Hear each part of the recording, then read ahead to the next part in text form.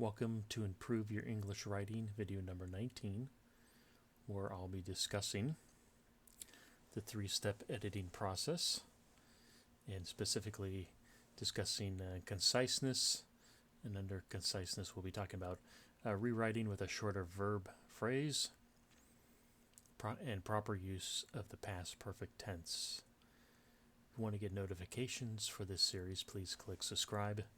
If you like the video or think others will find it useful, please hit like and check out links to videos and books in the description, like the link to the companion volume up here in the upper right hand corner. So let's talk about shorter verb phrases.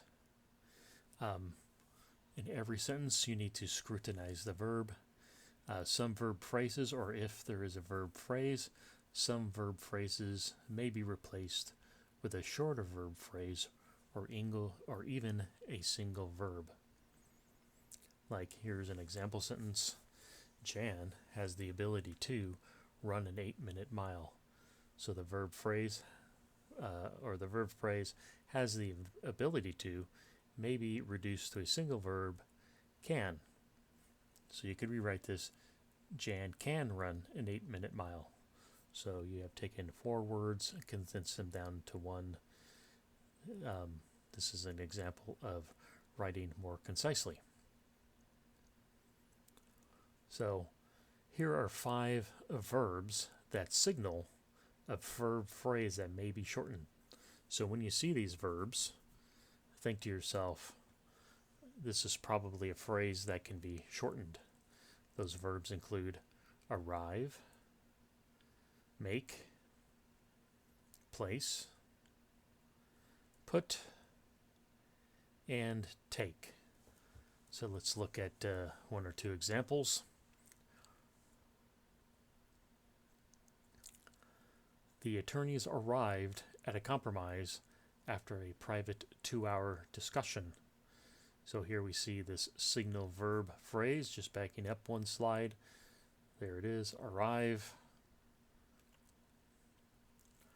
So this signals possibly that this verb phrase, arrived at a compromise, can be shortened, and it can. It can be reduced to the attorneys compromised after a private 2-hour discussion. Not only is the sentence shorter, but it seems to be clear. I guess that is the point of conciseness. Concise does equal better comprehension. So another example is Aaron had to make a stop at the bank. So here we see this, one of these 5 verbs that I say signals a verb phrase which may be shortened. It is true, we can shorten this to Aaron had to stop at the bank. And in fact, this can be revised, possibly, depending on the context, to Aaron stopped at the bank. So those are some shorter verb phrases. So you just don't have to look for these 5 verbs, but anytime you see a verb phrase, you have to ask yourself, can I write this with less words? So, and then Improve Your English Writing lists 81 verb phrases that may be shortened. Once again, it never lists all the verb phrases that may be shortened. That always depends on the context. But these verb phrases listed here will probably get your mental juices flowing, and you'll start to spot other verb phrases that can be shortened just based upon these examples. So now let's talk about the past perfect tense. Both the simple past tense, ate or called, and the past perfect tense, had eaten, had called, describe an action in the past. You use the past perfect tense when the past action occurs before another past action. So basically when you have 2 past actions, you use the past perfect tense to show that one past tense happened before another past action. For example, the sentence, Jeff had eaten dinner before Kimberly called. Both describe, or this sentence describes two past actions. Jeff ate and Kimberly called. But Jeff ate before Kimberly called. Therefore, you use the past perfect tense with Jeff's actions had eaten, and you use the simple past with Kimberly's actions called.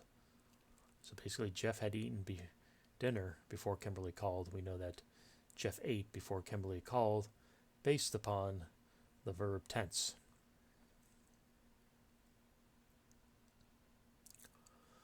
So the problem arises, or you can make this more concise, and I say the sentence needs past perfect editing when the context only describes one simple past action, but uses the past perfect tense. So that's the key thing. There's only one past action happening in the context. And if that happens, you don't need the past perfect tense, which takes more to form.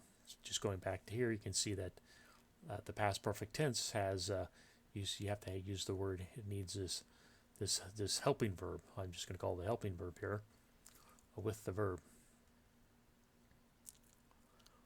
So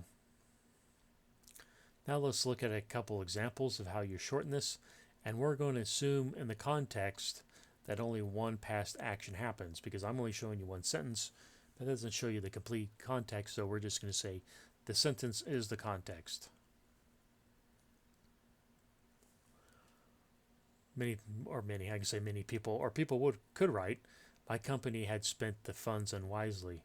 Now, if there's only one past action, you don't need the word had. You can just say my company spent the funds unwisely. So you only need to use the simple past of spent instead of the past perfect tense, had spent. My new alarm had gone off accidentally. So this had gone is in the past perfect tense, but we know from the assumption that only one past action happened, therefore you don't need it. You only need the simple past, which is the alarm went off accidentally.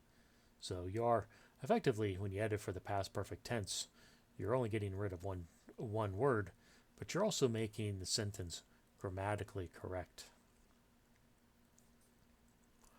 Phil had made some barbecue ribs. Whoops. This is not supposed to be X'd out here, or with strike through. So with only one past action, you can just say, I guess that worked out well. You only need to say Phil made some barbecue ribs. And it's already on the screen. But you could even make it shorter by saying Phil barbecued some ribs. So in this example, this Phil had made some barbecue ribs is the past. He's using the past perfect, but only the simple past is needed. So you can just say made. And then from the previous things, remember we say made is one of those 5 verbs where you can maybe shorten, and we can shorten it to Phil barbecued some ribs. So that's it for this video. If you'd like to get notifications for this series, please click subscribe. If you like the video, please hit like, and check out links to books and videos in the description. Thank you.